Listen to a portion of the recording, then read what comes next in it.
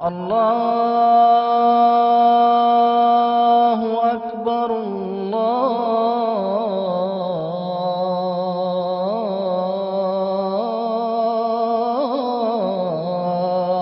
اکبر۔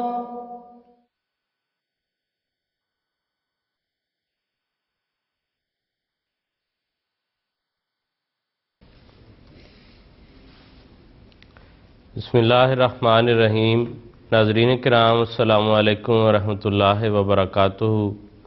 Programme فقہی مسائل کے ساتھ ہم آپ کی خدمت میں حاضر ہیں۔ اس سلسلے کا آج اللہ تعالیٰ کے فضل سے یہ 11واں پروگرام ہے، اور موضوع آپ جانتے ہیں، جو لوگ اس کو مسلسل دیکھ رہے ہیں ان کے علم میں ہے کہ ہم نماز سے متعلقہ سوالات جو ہیں ان کو ڈیل کرتے ہیں۔ آپ اس پروگرام میں سوالات اپنے ہمیں ای میل اور ٹیکسٹ کے ذریعے بھجواتے ہیں۔ ای میل اور ٹیکسٹ نمبر آپ کو اس وقت سکرین پر نظر آ رہا ہے، وہ آپ تسلی سے نوٹ کر سکتے ہیں۔ اگلے چند دنوں میں ہم اپنے اس موضوع کو سمیٹ کر دیگر موضوعات جو ہیں ان کی طرف ہم چلیں گے۔ ان میں سر دست ہم زکوٰۃ کا موضوع جو ہے وہ شامل کریں گے۔ ترتیب کے لحاظ سے تو روزوں کا موضوع زیادہ نماز کے بعد جو ہے وہ قریب بنتا ہے، لیکن اس کے متعلق ہمارا خیال ہے کہ رمضان کے دنوں میں قریب جا کر اگر ہم روزے کے موضوع کو شروع کریں تو وہ زیادہ فائدہ مند ہوگا۔ تو انشاءاللہ اگلے چند پروگراموں میں نماز کے متعلقہ سوالات کو فی الحال کلوز کرتے ہوئے ہم دوسرے موضوعات کی طرف رخ کریں گے۔ ان موضوعات سے متعلق آپ کے ذہن میں جو سوالات ہوں وہ آپ ہمیں ای میل کے ذریعے بھجوا سکتے ہیں۔ اگر کسی مصروفیت کی وجہ سے گزشتہ پروگرام آپ کسی وقت نہ دیکھ سکے ہوں تو یہ سہولت بھی اللہ تعالیٰ کے فضل سے اب موجود ہے کہ انٹرنیٹ پر ویب سائٹ www.alislam.org/fiqh پر آپ یہ پروگرام ہمارے تمام جو ہے موجود ہیں، آپ وہاں سے دیکھ سکتے ہیں تسلی سے، جو وقت آپ کو سہولت سے میسر آئے اس میں، اور سوالات وہ نوٹ بھی کر سکتے ہیں اور جب چاہیں ریپیٹ کر کے دیکھ سکتے ہیں۔ اسی طرح یوٹیوب پر بھی ہماری یہ ساری جو پروگرام ہیں وہ موجود ہیں، وہاں سے بھی آپ استفادہ کر سکتے ہیں۔ آج کے اس پروگرام میں جیسے کہ آپ جانتے ہیں ہمارے علماء کے پینل میں موجود ہوتے ہیں مکرم و محترم ظہیر احمد خان صاحب یہاں لندن اسٹوڈیوز میں، اور ٹیلی فون لائن پر ہمارے ساتھ شریک گفتگو ہوں گے مکرم و محترم مولانا مبشر احمد صاحب کالوں۔ السلام علیکم کالوں صاحب۔ وعلیکم السلام ورحمۃ اللہ وبرکاتہ۔ یہ پروگرام میں خوش آمدید کہتے ہیں آپ کو، اور سوالات کا سلسلہ آپ سے شروع کرنا چاہوں گا۔ شمائلہ تنویر صاحبہ کا یہ سوال ہے، وہ کہتی ہیں کہ کیا عید کی نماز مرد اور عورت دونوں پر فرض ہے؟ نیز اگر کسی کی عید کی نماز کی پہلی رکعت مس ہو جائے، جماعت میں شامل ہو کے پڑھنے سے رہ جائے، تو کیا اس کو امام کے سلام پھیرنے کے بعد پورا کرنا چاہیے؟ جی، بات یہ ہے کہ عید کی نماز پڑھنے کی حضرت رسول پاک صلی اللہ علیہ وسلم نے افراد امت کو بڑی تاکید فرمائی ہے۔ حضرت ام عطیہ رضی اللہ عنہ بیان کرتی ہیں کہ ہمیں رسول پاک صلی اللہ علیہ وسلم کی طرف سے حکم دیا گیا کہ ہم حیض والیوں اور پردہ والیوں کو بھی عیدین کے لیے گھروں سے نکالیں کہ وہ بھی عیدگاہ میں جائیں تاکہ وہ مسلمانوں کی دعا اور جماعت میں شامل ہو جائیں۔ لیکن رسول پاک صلی اللہ علیہ وسلم نے یہ بھی فرمایا کہ جن عورتوں کو حیض کے ایام ہوں وہ عید کی نماز کی جگہ سے علیحدہ رہیں، البتہ وہ دعا میں شامل ہوں۔ تو ایک عورت نے عرض کی یا رسول اللہ کہ بعض دفعہ ہمارے پاس ایسی حالت ہوتی ہے کہ کسی کے پاس چادر ہی میسر نہیں، تو آپ نے فرمایا کہ اس کی سہیلی اسے اپنی چادر پہنا دے اور وہ جائے ضرور۔ تو یہ حدیث ہے جس میں حضرت رسول پاک صلی اللہ علیہ وسلم نے عید کی نماز کی ادائیگی کے بارے میں تاکید فرمائی ہے۔ اس تاکید کی بنیاد پر یہ سوال پیدا ہوتا ہے کہ کیا یہ تاکید عید کی نماز کو فرض کا درجہ دیتی ہے؟ جب ہم اس پہلو سے اس بات پہ غور کرتے ہیں تو نتیجہ نفی میں نکلتا ہے، کیونکہ اگر عید کی نماز پڑھنا فرض ہوتا اور عید کا نماز نہ پڑھنا انسان کو گناہگار بناتا تو رسول پاک صلی اللہ علیہ وسلم یہ فرماتے کہ جو مسلمان عید کی نماز پڑھنے سے محروم رہ جائے وہ بعد میں اپنی عید کی نماز پڑھے، جیسے فجر کی نماز، ظہر کی نماز، عصر کی نماز، دیگر نماز پنجگانہ فرض ہیں۔ تو اگر کوئی انسان باجماعت نماز سے محروم رہ جائے تو اس کو وہ نماز معاف نہیں ہو جاتی، بلکہ اسے وہ بعد میں تنہا نماز ادا کرنی پڑتی ہے، مگر ایسی کوئی ہدایت موجود نہیں، جس سے پتہ چلتا ہے کہ عید کی نماز سنت موقدہ کی حیثیت رکھتی ہے، یعنی ایسی سنت جس کی ادائیگی کی رسول پاک صلی اللہ علیہ وسلم نے تاکید فرمائی، لیکن یہ نماز فرض کی حیثیت نہیں رکھتی۔ باقی یہ بات کہ اگر کوئی شخص عید کی نماز ہو رہی ہے اور اس وقت جماعت میں شامل ہوا جب پہلی رکعت گزر چکی ہے تو وہ کیا کرے؟ بات یہ ہے کہ اس سلسلے میں ہمیں کوئی ایسی حدیث نہیں مل سکی جس میں اس بات کا تذکرہ ہو کہ رسول پاک صلی اللہ علیہ وسلم نے ایسے انسان کو کوئی ہدایت فرمائی ہو۔ البتہ ایک عمومی ہدایت آپ کے ارشادات میں ملتی ہے، وہ یہ ہے کہ مقتدی اپنے امام کی اقتداء کا ہر حال میں پابند ہے۔ چنانچہ بخاری شریف کی حدیث ہے، حضرت رسول پاک صلی اللہ علیہ وسلم فرماتے ہیں انما جعل الامام لیؤتم بہ، امام کا تقرر اس لیے ہوتا ہے کہ مقتدی اس کی اطاعت کریں۔ اسی طرح صحیح بخاری میں ایک اور آپ نے نصیحت فرمائی کہ جب جماعت کھڑے ہو جائے تو سکینت اور وقار اور اطمینان کے ساتھ آیا کرو، تیز تیز چل کر نہ آیا کرو، اور فرمایا ما ادرکتم فصلوا، تمہیں جماعت کا جو حصہ مل جائے جماعت کے ساتھ نماز کا وہ حصہ ادا کر لو، وما فاتکم فاتموا، اور نماز کا جو حصہ تمہارے پہنچنے سے پہلے گزر چکا ہو اسے امام کے سلام پھیرنے کے بعد کھڑے ہو کر پورا کرو۔ تو اس عمومی ہدایت سے یہ استنباط ہوتا ہے کہ اگر کوئی شخص عید کی نماز میں اس وقت شامل ہوا جبکہ پہلی رکعت گزر چکی تھی اور دوسری رکعت پڑھی جا رہی تھی تو وہ امام کے سلام پھیرنے کے بعد پہلی رکعت اسی طرح کھڑے ہو کر ادا کرے جس طرح اس نے امام کے ساتھ اس کی اقتداء میں پہلی رکعت ادا کرنی تھی۔ چنانچہ اس امر پہ حنفی، مالکی، شافعی اور حنبلی چاروں مسالک کا اتفاق ہے۔ تو چاروں ہی مسالک کا اس بات پہ اتفاق اور تواتر یہ اسے بہت بڑی اہمیت عطا کرتا ہے، کیونکہ چاروں فقہ کے بانی ائمہ جنہیں ائمہ اربعہ کے نام سے یاد کیا جاتا ہے، ان میں سے حضرت امام ابو حنیفہ رحمۃ اللہ علیہ وہ تو تابعی ہیں، انہیں بعض صحابہ کی زیارت کی سعادت نصیب ہوئی، اور حضرت امام مالک کی ساری زندگی ہی مدینہ منورہ میں گزری جہاں، اور یہ خود تبع تابعین ہیں، تابعین کو دیکھنے والے، تابعین صحابہ کو دیکھنے والے، تو صحابہ اور تابعین کی اکثریت نے اہل مدینہ میں اپنی زندگی بسر کی، تو ان کو دیکھنے والے حضرت امام مالک ہیں، اور دیگر جو امام شافعی اور امام احمد بن حنبل ہیں وہ بھی تبع تابعین ہیں۔ تو ان سب کا اس بات پہ متفق ہونا بتاتا ہے کہ انہوں نے تابعین اور تبع تابعین کے زمانے میں امت میں یہی تواتر دیکھا کہ جو شخص عید کی نماز میں تاخیر سے پہنچتا تھا وہ امام کے سلام پھیرنے کے بعد کھڑا ہو کر اپنی پہلی رکعت کو اسی طریق پہ ادا کرتا تھا جس طرح اس نے امام کی اقتداء میں جماعت کے دوران اسے ادا کرنا تھا۔ یہ ٹھیک ہے کام صاحب، بہت شکریہ، جزاکم اللہ احسن الجزا۔ زیر صاحب یہ سوال ہمیں موصول ہوا ہے، آفتاب احمد صاحب جرمنی سے پوچھنا چاہتے ہیں۔ وہ کہتے ہیں کہ اگر وطروں کی آخری رکعت میں انسان دعائے قنوت پڑھنا بھول جائے تو پھر کس وقت پڑھنی چاہیے، یا اگر بالکل ہی یاد نہ رہے تو پھر اس کی کیا صورت ہوگی؟ بات دراصل یہ ہے کہ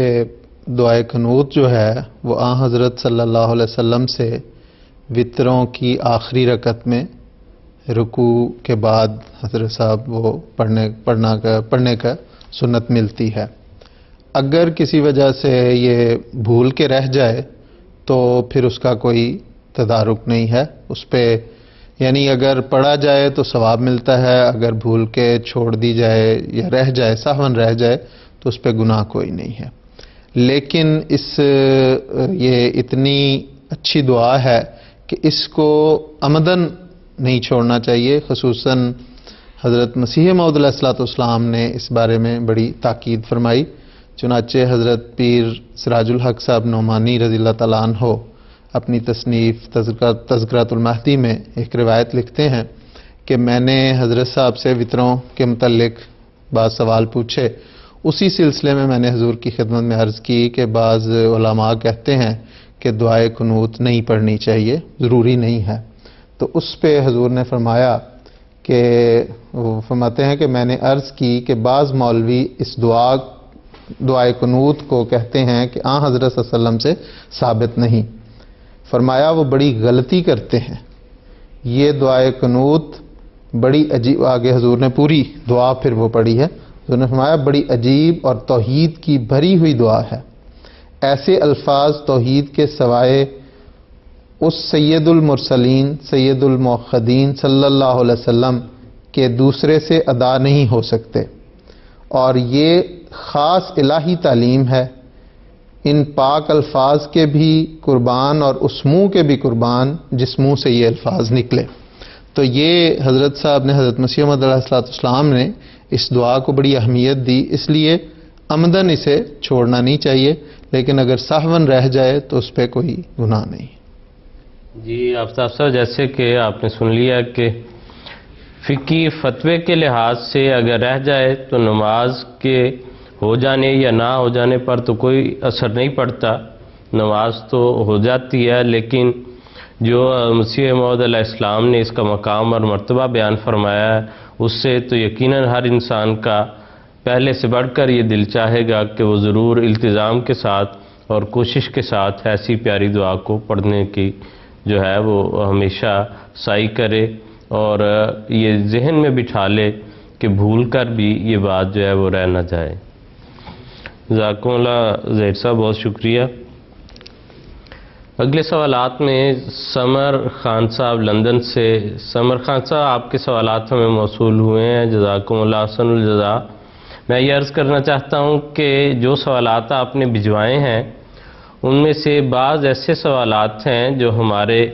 اس پروگرام یا اس پلیٹ فارم سے کے مزاج سے مطابقت نہیں رکھتے، اس لیے بعض سوالات کو یہاں شامل کرنا ہمارے لیے مشکل ہوگا۔ جس حد تک ممکن ہے ہم آپ کے وہ سوالات ضرور لیں گے، آپ آئندہ بھی کوئی سوال ہو تو بھجوا سکتے ہیں۔ محترم کالسا، جو اس وقت ان کا سوال میں آپ کی خدمت میں پیش کرنا چاہتا ہوں، وہ انہوں نے یہ پوچھا ہے کہ عورت نے اگر خلا لینا ہو، یعنی علیحدگی لینی ہو اپنے خاوند سے، تو اس کو اس غرض کے لیے قضاء یا عدالت کے ذریعے کارروائی کرنی ہوتی ہے، جبکہ مرد نے اگر طلاق دینی ہو تو اس کو ایسا کرنے کی ضرورت نہیں ہوتی۔ اس کی کیا وجہ ہے یا اس میں کیا حکمت ہے؟ اس کی وجہ یہ ہے کہ تا عورت کو ممکنہ نقصانات سے محفوظ کیا جائے، کیونکہ عورت کے بارے میں امکان ہے کہ وہ والدین کی اگر اس کے سسرال سے کوئی ناراضگی ہو گئی ہے تو والدین کے دباؤ میں آ کر خلا حاصل کرنا چاہتی ہو، یا کوئی رشتہ دار یا غیر رشتہ دار جو شرارت کر رہا ہے اور اسے اس کی شرارت کی سمجھ نہیں آ رہی اس کے بہکاوے میں آ کر خلا حاصل کرنا چاہتی ہو، یا گھر میں کوئی بات تلخی کی پیدا ہوئی اور وہ فوراً جلد بازی اور جذباتی حالت میں آ کر خلا کی درخواست کر رہی ہو، تو اس مقصد کے لیے عدالت کا توسط شریعت نے ضروری قرار دیا، تاکہ قاضی حالات کا جائزہ لے سکے کہ کیا یہ والدین کے دباؤ کے تحت ہے، یا کسی رشتہ دار یا غیر رشتہ دار کے بہکاوے کے نتیجے میں ہے، یا کسی وقتی تلخی کی بنا پر یہ جذباتی ہو گئی اور جلد بازی میں آ کر علیحدگی کا مطالبہ کر رہی ہے۔ وہ اس کو سمجھائے، اگر اس کے سمجھانے کے نتیجے میں عورت کو بات سمجھ آ جائے تو وہ اپنی درخواست خلا واپس لے لے گی، لیکن اگر قاضی کے سمجھانے کے باوجود عورت اصرار کرے کہ میں نے خلا ضرور لینا ہے، تو شریعت قاضی کو ہرگز اس بات کی اجازت نہیں دیتی کہ وہ اس کے خلے کو نامنظور کرے۔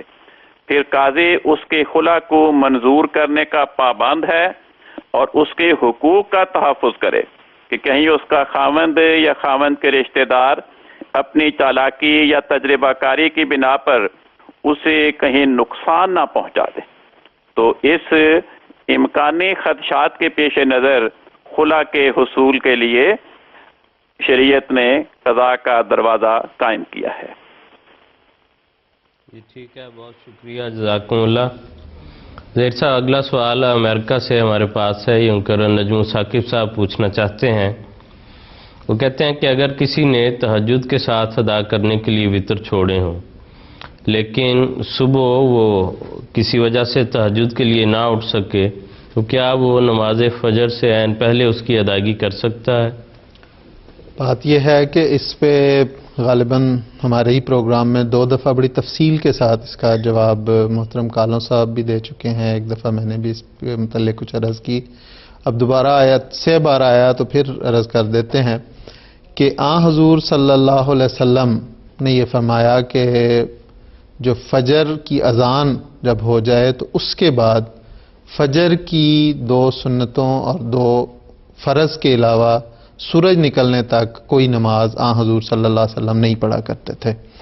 بلکہ سنن ابی داؤد میں ایک روایت آتی ہے، حضرت قیس بن عمر بیان کرتے ہیں رضی اللہ تعالیٰ عنہ کہ حضور صلی اللہ علیہ وسلم نے نماز فجر پڑھ کے واپس نکلے تو حضور نے کسی شخص کو نماز پڑھتے ہوئے دیکھا، تو حضور نے فرمایا کہ فجر کی نماز کی 2 رکعتیں ہوتی ہیں، تم کون سی نماز پڑھ رہے ہو؟ تو اس نے عرض کی کہ حضور دراصل میری سنتیں پہلے رہ گئی تھیں، وہ میں پڑھ رہا ہوں، تو اس پہ حضور نے خاموشی اختیار فرمائی۔ تو یہ پہلی بات تو یہ ہے۔ دوسری بات یہ ہے کہ وطر جو ہیں اس کے متعلق حضور صلی اللہ علیہ وسلم نے بڑی اس کی اہمیت بیان کی ہے، اور حضور صلی اللہ علیہ وسلم نے بعض ایسے صحابہ کو یہ خاص طور پہ تاکید فرمائی کہ وطر جب تک وہ وطر نہ پڑھ لیں اس وقت تک انہوں نے نہیں سونا۔ اور حضرت ابو بکر رضی اللہ تعالیٰ عنہ سے ایک دفعہ حضور صلی اللہ علیہ وسلم نے پوچھا تو حضور نے فرمایا، حضرت ابو بکر نے عرض کی کہ حضور میں تو رات کو وطر پڑھ کے سوتا ہوں۔ تو اس لیے اتنی اہم نماز حضور نے فرمایا کہ وطروں کا ثواب سرخ اونٹوں سے زیادہ ہے، یعنی سرخ اونٹ عرب میں بہت قیمتی ایک متاع سمجھی جاتی تھی، بہت قیمتی دولت سمجھی جاتی تھی، تو اس کی اہمیت بتانے کے لیے حضور صلی اللہ علیہ وسلم نے یہ فرمایا۔ جیسے میں نے کہا کہ احادیث میں یہ حضور صلی اللہ علیہ وسلم کی یہ سنت ملتی ہے۔ حضرت مسیح موعود علیہ الصلوۃ والسلام سے کسی نے سوال کیا کہ فجر کی نماز کے بعد یہی اسی طرح کہ اگر کسی کی وطر رہ جائیں تو حضور نے فرمایا کہ فجر کی اذان کے بعد سورج نکلنے تک 2 رکعت فرض اور 2 رکعت سنت کے علاوہ کوئی نماز نہیں ہے۔ اور فقہا نے بھی اس کے متعلق یہی لکھا ہے کہ اگر کسی کے وطر رہ جائیں تو وہ فجر کی اذان کے بعد اگر اسے جاگ آتی ہے تو پھر وہ اس کی ادائیگی اس وقت نہیں کر سکتا، لیکن اس کا حل فقہا نے یہ نکالا ہے کہ چونکہ یہ وطر ایک اہم نماز ہے، اس لیے سورج نکلنے کے بعد جب سورج اچھی طرح روشن ہو جائے تو اس وقت وہ وطروں کی ادائیگی کر لے احتیاط کے طور پہ، تاکہ اس اہم نماز کے ثواب سے وہ محروم نہ رہے۔ لیکن یہ تو ایسی صورت میں ہے کہ اگر کبھی بھول چوک ہو جائے یا لیکن اگر کسی شخص کو ایسا امکان ہو، ایسا خدشہ ہو، ایسا خیال ہو کہ وہ اس کی صبح آنکھ نہیں کھل سکے گی، جاگ نہیں آئے گی، تو پھر اس کے لیے حضور صلی اللہ علیہ وسلم کی جو مسنون تاکید ہے وہ یہی ہے کہ ایسے شخص کو رات کو وتر پڑھ کے ہی سونا چاہیے. تو یہ جی ٹھیک ہے زید صاحب، بہت شکریہ. یعنی احتیاط کا پہلو یہی ہے کہ بجائے اس کے کہ انسان اس خدشے کے پیش نظر یا یہ شامل ہو کہ ہو سکتا ہے اٹھ جاؤں، ہو سکتا ہے نہ اٹھ سکوں، تو اس صورت میں بہتر یہی ہے کہ انسان رات کو وتر پڑھ کر سوئے. اور اگر اتفاقاً کسی ایسی اضطراری حالت میں کہ انسان بالکل فجر کے وقت پر اٹھا ہے اور وتر ادا کرنے کا وقت بالکل نہیں ہے، تو پھر سورج جب پورے طور پر نکل چکا ہو اس کے بعد ادا کیے جا سکتے ہیں، لیکن یہ عادت کے طور پر اس بات کی اجازت جو ہے وہ نہیں دی جا سکتی. کلسا اگلا سوال یہ لقمان احمد نظام صاحب واقعاً پاکستان سے انہوں نے پوچھا ہے. وہ یہ کہتے ہیں کہ کیا ہر نماز میں سنت اور فرض کی ترتیب کا خیال رکھنا ضروری ہے؟ جی، بات یہ ہے کہ ہمیں حضرت رسول پاک صلی اللہ علیہ وسلم کے نمونے کی پیروی کا حکم ہے، اور رسول پاک صلی اللہ علیہ وسلم وہ سنتیں جو فرضوں سے پہلے ادا کی جاتی ہیں انہیں آپ فرضوں سے پہلے ہی ادا کیا کرتے تھے. چنانچہ رسول پاک صلی اللہ علیہ وسلم نے مثلا جمعے کے پہلے جو سنتیں ہیں، احادیث میں آپ کی نصیحت ہے کہ جب امام خطبہ جمعہ دے رہا ہو تو خطبے کے دوران جو نمازی مسجد میں آئیں وہ خطبہ سننے کی بجائے پہلے 2 سنتیں ادا کریں مختصر طریق پر، اور ان سنتوں کو مختصر طریق پر ادا کرنے کے بعد خطبہ جمعہ سنیں. لیکن اگر کسی انسان کو یاد ہی نہیں رہا کہ میری فجر کی پہلی 2 سنتیں رہ گئی ہیں، یا ظہر کی پہلی 2 یا 4 سنتیں رہ گئی ہیں، یا جمعہ سے پہلے جو سنتیں ادا کرنی تھی وہ مجھے یاد نہیں رہیں، اور فرضوں کی ادائیگی کے بعد اسے یاد آیا ہے، تو پھر وہ فرضوں کی ادائیگی کے بعد اسے ان سنتیں ادا کرنے کی سہولت شریعت نے عطا فرمائی. بلکہ جیسا کہ ابھی محترم ظہیر احمد خان صاحب نے حدیث سنائی کہ حضرت قیس بن عمر بیان کرتے ہیں حضرت صلی اللہ علیہ وسلم نے ایک شخص کو دیکھا وہ فجر کی نماز کے بعد 2 رکعت ادا کر رہا ہے. آپ نے فرمایا کہ فجر کی نماز کی تو 2 رکعت ہوتی ہیں، تو یہ کیا؟ اس نے عرض کی کہ میں فجر سے قبل کی سنتیں ادا نہیں کر سکا تھا، اس لیے اب ادا کر رہا ہوں. تو اس کی اس وضاحت پر رسول پاک صلی اللہ علیہ وسلم نے خاموشی اختیار فرمائی. یہ ابو داؤد کی حدیث کی کتاب میں یہ واقعہ بیان ہوا. تو اس کی اس وضاحت پر آپ کا خاموشی اختیار کرنا اس بات کی دلیل ہے کہ آپ نے اسے جائز قرار دیا. لیکن اگر اسے یاد ہے اور ابھی جماعت کھڑی نہیں ہوئی تو پھر شریعت کا حکم یہ ہے، اور رسول پاک صلی اللہ علیہ وسلم کا اپنا نمونہ اور آپ کا حکم یہ ہے کہ پہلے ان سنتوں کو ادا کیا جائے. لیکن اگر جماعت کھڑی ہو گئی ہے اور اسے ان پہلی سنتوں کی ادائیگی کا موقع نہیں ملا یا اسے یاد ہی نہیں رہا، تو پھر فرضوں کی ادائیگی کے بعد بھی اسے وہ سنتیں ادا کرنے کی اجازت ہے، کیونکہ شریعت نے ایک بنیادی نصیحت فرمائی، الدین یسر، دین آسانی پیدا کرتا ہے، دین تنگی پیدا نہیں کرتا. جی ٹھیک ہے، بہت شکریہ، جزاکم اللہ احسن الجزا. زید صاحب، مریم صدیقہ بھٹی صاحبہ، ان کے کئی ایک سوالات میں موصول ہوئے ہیں، باقاعدگی سے پروگرام دیکھنے والی اور شرکت کرنے والی ہیں. ان کا یہ سوال ہے اس پروگرام میں، یہ کہتی ہیں کہ ایام مخصوصہ میں عورتوں کو مسجد کی صفوں پر بیٹھنے کی اجازت ہے یا ان کو الگ کسی جگہ یا کرسیوں وغیرہ پر بیٹھنا چاہیے؟ بات دراصل یہ ہے کہ ابھی محترم کالوں صاحب نے ایک حدیث حضرت ام عطیہ رضی اللہ تعالیٰ عنہ کی بیان کی کہ آن حضور صلی اللہ علیہ وسلم عید کے موقع پر خواتین کو، جن میں جوان خواتین بھی، بڑی عمر کی بھی، پردہ والی بھی اور حائضہ جو ہوتی تھی، ان کو بھی حضور یہ ارشاد فرمایا کرتے تھے کہ وہ عید کے لیے آئیں. لیکن جو حائضہ خواتین ہوتی تھی ان کے لیے آن حضور صلی اللہ علیہ وسلم کی باقاعدہ یہ ہدایت ہوتی تھی کہ وہ جو نماز کی جگہ ہے اس سے الگ ہٹ کے ایک جو جگہ ہے وہاں بیٹھا کریں. تو گویا اس میں آن حضور صلی اللہ علیہ وسلم نے یہ واضح کر دیا کہ حیض کے ایام میں نماز کے لیے خاص طور پہ یا ویسے آ کے مسجد میں بیٹھنا مناسب نہیں. لیکن عام طور پہ احادیث میں یہ بھی ہمیں ملتا ہے کہ آن حضور صلی اللہ علیہ وسلم کے دور میں صحابیات، ازواج مطہرات ان ایام میں مسجد میں آ جایا کرتی تھیں، گزر جایا کرتی تھیں اپنے چھوٹے موٹے کام کے لیے. مثال کے طور پہ حضرت عائشہ رضی اللہ تعالیٰ عنہا کی ایک روایت آتی ہے کہ آن حضور صلی اللہ علیہ وسلم نے مجھے ارشاد فرمایا کہ ذرا جو چٹائی ہے وہ مسجد سے میں حضور کو پکڑا دوں. تو میں نے عرض کی کہ حضور میں تو حائضہ ہوں. تو حضور نے فرمایا کہ حیض تمہارے ہاتھ میں نہیں ہے، تو وہ ایک کیفیت ہے، تم جا کے مسجد میں سے وہ لا سکتی ہو. اسی طرح حضرت میمونہ رضی اللہ تعالیٰ عنہا زوجہ مطہرہ وہ کہتی ہیں کہ آن حضور صلی اللہ علیہ وسلم کے زمانے میں ہم میں سے ازواج مطہرات میں سے کوئی جو حیض کے ایام میں بھی ہوتی تھی جا کے مسجد میں حضور کے لیے نماز کے لیے چٹائی بچھا دیا کرتی تھی. تو یہ بتاتا ہے کہ گزرنا، چھوٹے موٹے کام کے لیے آنا جانا مسجد میں حائضہ کے لیے منع نہیں ہے، لیکن وہاں جا کے بیٹھنا، نماز کی صفوں پہ بیٹھنا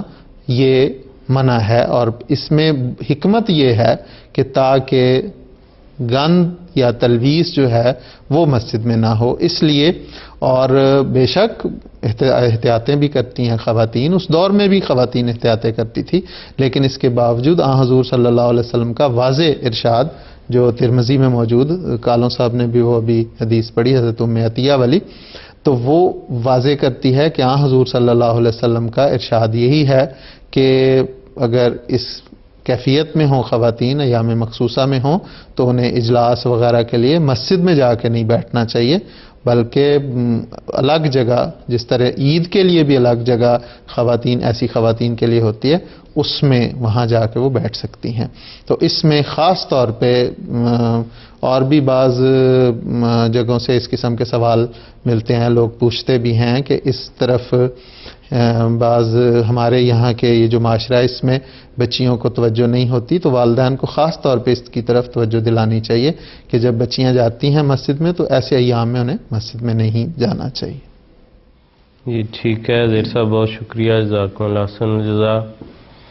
ناظرین کرام،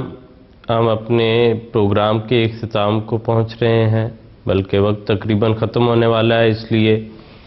میں رابطے کی تفصیلات جو ہیں ایک دفعہ ان کی طرف آپ کی توجہ مبذول کرواتا ہوں کہ اسکرین پر آپ دیکھ سکتے ہیں. جو آپ کے سوالات ہوں وہ آپ ہمیں بھجوا سکتے ہیں، اور اگر پروگرام ویسے جو گزر چکے ہیں وہ آپ نہیں دیکھ سکے کسی وجہ سے، تو انٹرنیٹ پر www.alislam.org/fiqh پر جا کے آپ وہ سارے جو پروگرام ہیں گزشتہ وہ دیکھ سکتے ہیں. اسی طرح یوٹیوب پر بھی ہمارے یہ سارے پروگرام جو ہیں وہ اویلیبل ہیں، آپ وہاں سے بھی استفادہ کر سکتے ہیں. جو سوالات آپ کے ہوں وہ آپ ہمیں بھجوائیں، ہم انشاءاللہ آئندہ پروگراموں میں وہ آپ کے سوالات شامل کریں گے. انشاءاللہ اگلے ہفتے دوبارہ ملاقات ہوگی. اجازت دیجیے. السلام علیکم ورحمۃ اللہ وبرکاتہ.